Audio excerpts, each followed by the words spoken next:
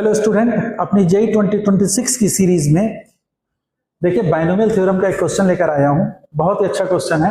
Question दिया गया है, एक एक्सप्रेशन दिया है और इस एक्सप्रेशन की वैल्यू उसने अल्फा और बीटा के टर्म्स में दी है और कहा है अल्फा बीटा नेचुरल नंबर है।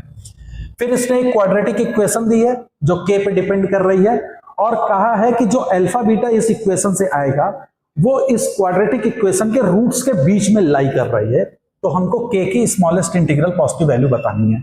अच्छा क्वेश्चन है। तो देखिए सबसे पहले तो गिवन एक्सप्रेशन को मैंने सॉल्व किया कि 1 + 3 की power r 10cr plus r 10cr। अब देखिए 1 + 10cr 3 की पावर r, इसको अगर हम ऐड करें तो दिस इज नथिंग बट 1 + 3 की पावर 10 का फॉर्म है ये।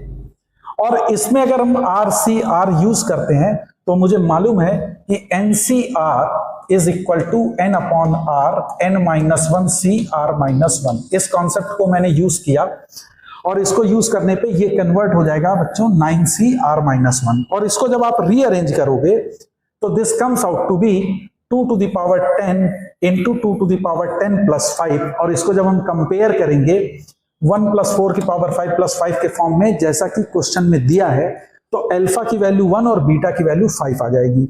अब कह रहा है जो क्वाड्रेटिक इक्वेशन है हमने मान लिया कि इसके रूट x1 और x2 हैं और अल्फा बीटा x1 और x2 के बीच में लाई कर रहे हैं। क्वाड्रेटिक इक्वेशन इस तरह से होगा तो इसका d पॉजिटिव होना चाहिए रियल होने के लिए। और इसको जब चेक किया तो this is true for all possible values of k। तो अब देखिए अल्फा और बीटा रूट्स के बीच में होंगे तो f of alpha and f of beta दोनों की वैल्यू निगेटिव होनी चाहिए। बस इसी कंडीशन को मैंने अप्लाई किया कि f of alpha is negative and f of beta is negative. जब आप f of alpha is negative देखेंगे तो this is true for all values of k।